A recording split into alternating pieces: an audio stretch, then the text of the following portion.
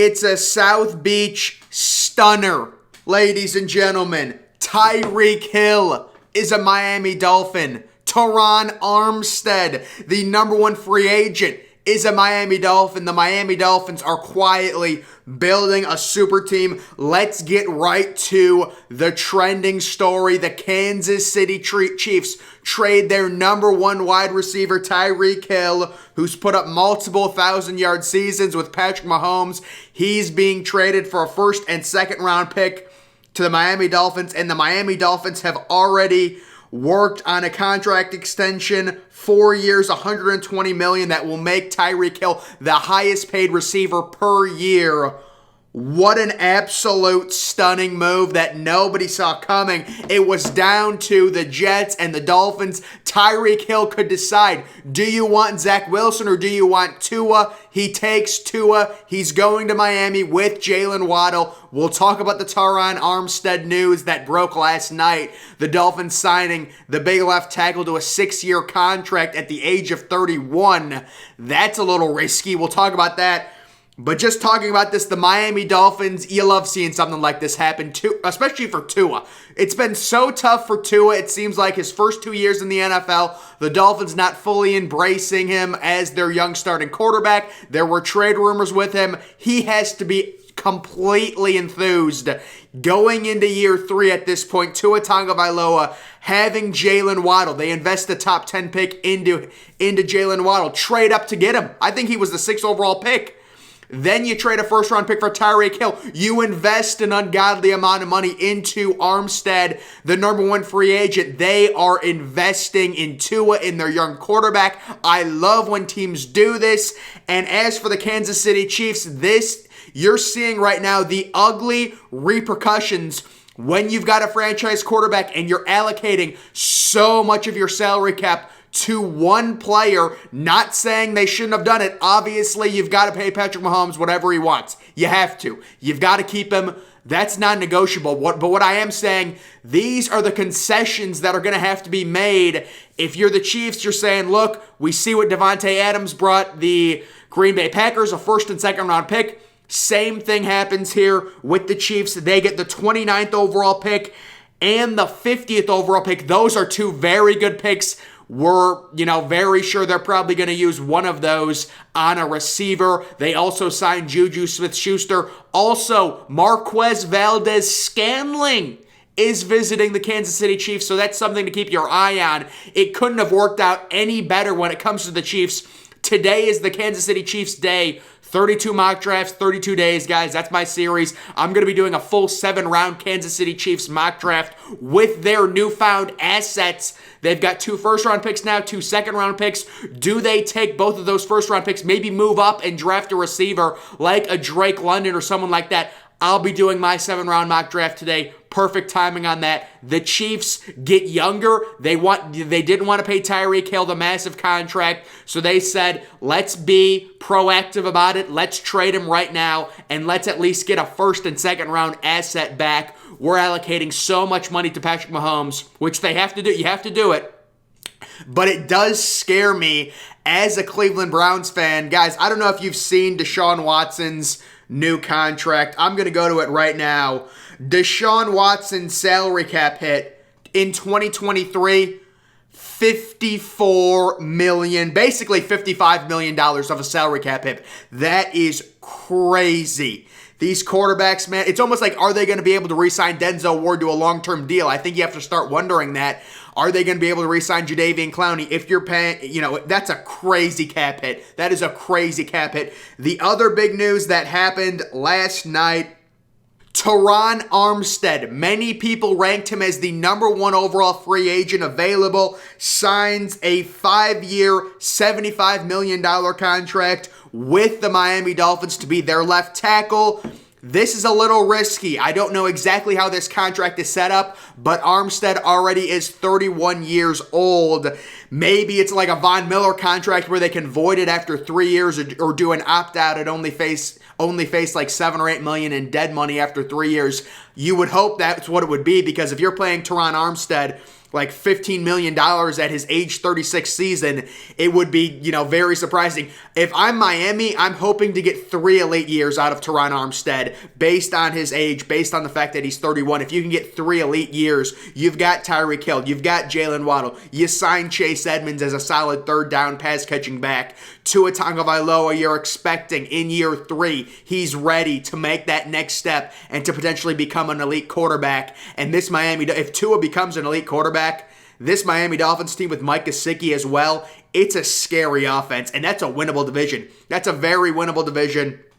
So the Dolphins going all in, I love seeing it. The Chiefs dealing with salary cap issues, dealing with allocating so much money towards Mahomes. They didn't view the Tyreek Hill contract as worth it. They say, listen, we don't want to pay Tyreek Hill this much money. We will go ahead and just get a first and second round pick and get a young, cheap receiver in the first or in the second round. It's an extremely deep receiver class. It's going to be so fun to do a Chiefs mock draft with them having all these assets right now. If you are a Chiefs fan, you signed Juju Smith-Schuster. You've still got Travis Kelce. You're not in a place where you have to panic. This is just basically a roster management trade. And kind of similar to the Green Bay Packers.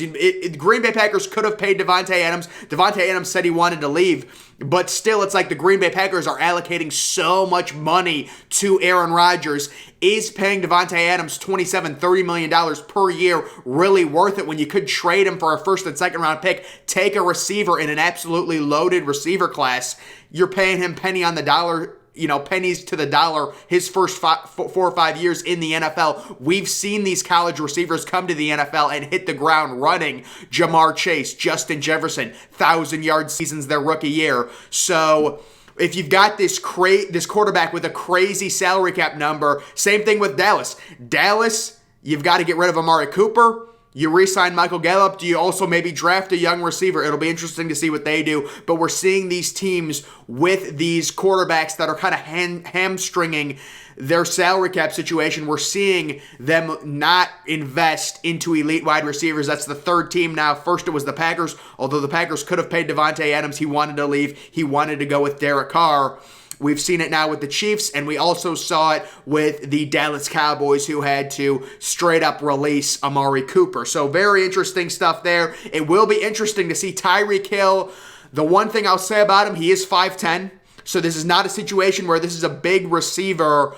I'm expecting his production to dip a little bit with the move to Miami. You're going from Patrick Mahomes to Tua. It is a step down. I do think Tua is going to let loose a little bit more with the weapons that he has. The fact that it's year three, he should be more comfortable in that system, but it is a little bit of a step down, and Tyreek Hill is kind of a unique wide receiver number one. I mean, he is 5'10". Normally with a wide receiver number one, we're looking at the Julio Joneses, the Devontae Adams, the Michael Thomases, the guys that are 6'3", 6'4", the bigger receivers. Tyreek Hill is very unique in the sense he's smaller, and it'll be interesting to see how they utilize both him and Jalen Waddle on that offense with the Miami Dolphins. Also, wanted to quickly touch on some DK Metcalf news that we received. Seahawks coach Pete Carroll says, "We are going to do everything we can to extend DK Metcalf before the 2022 season." So, I've thought of the idea of the Seahawks possibly trading DK Metcalf, going into a rebuild.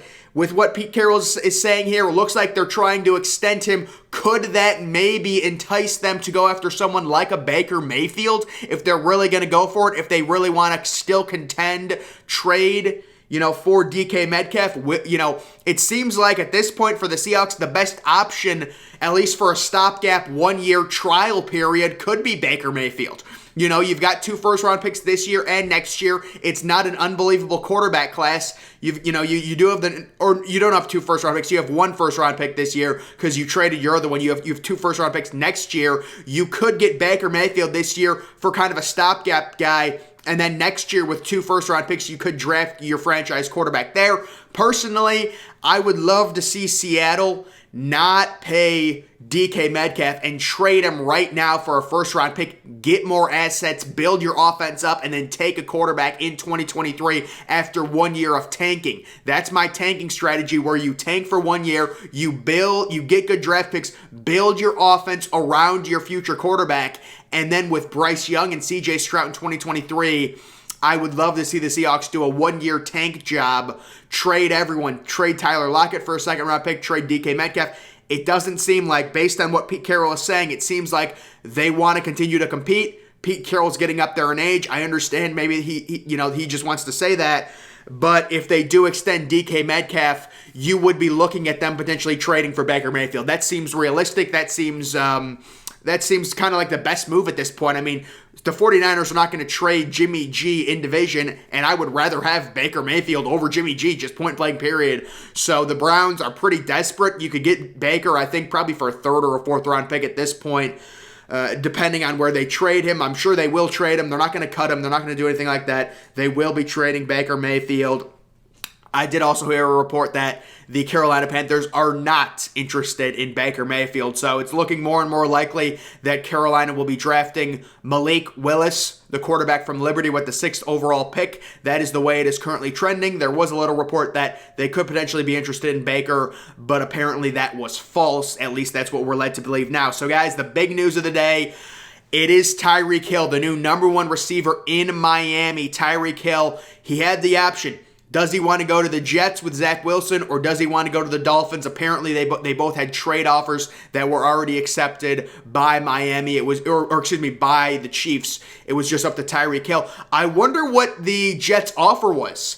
I'm guessing it wasn't a first round pick, because both of the Jets' first round pick, number 4 and number 10. And if you're a Jets fan, don't be demoralized. What I would say to the Jets, this signals to me they really want either Garrett Wilson or Drake London with the number 10 overall pick. Preferably Garrett Wilson.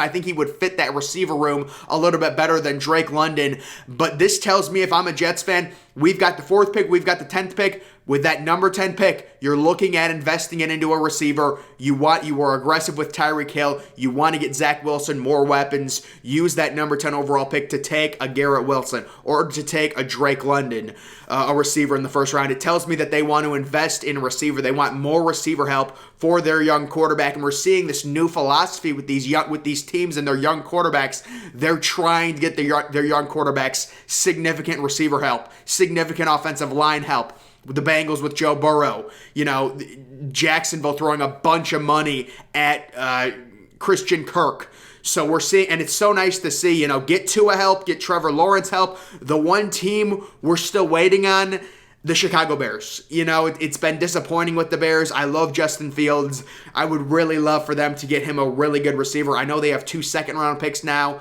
because the Khalil Mack trade, they got another second-round pick. They don't have a first-round pick because they used it to trade up to get Justin Fields, so they don't have a first-round pick this year. But, let's help Justin Fields a little bit. Let's get him some weapons. Let's not ruin his career, please. It's just so tough to see these young quarterbacks with no weapons. So if I'm a Jets fan, you don't get Tyreek Hill, but you put an offer out that would have been accepted. That tells me the Jets are very aggressive, and their philosophy right now is improving that wide receiver room, getting Zach Wilson as many weapons as possible so he can develop properly, giving him the best chance to succeed. So it'll be interesting there. Tyreek Hill traded to the Miami Dolphins for the 29th pick and the 50th pick. I will be doing a 32 mock drafts in 32 days video on the Chiefs today. So we're going to have a boatload of picks. We're going to be drafting receivers left and right. They have Juju still. They've got Travis Kelce, but they are in desperate need of another receiver. Do they sign Marquez Valdes-Scantling? It's been rumored that Aaron Rodgers wants him back. We'll have to see, but the Miami Dolphins really taking the spotlight these past 2 days. Armstead, the #1 overall free agent, that's a franchise left tackle at least for 2 or 3 years based on his current age, and then the trade for Tyreek Hill. So possible super team in Miami. You love seeing it. We'll have to see how much Tua improves in 2022. It'll be fun to watch, guys. Make sure you're following me on Twitter. Link to that's always in the description. I'm, of course, the Depressed Ginger. Thank you for watching.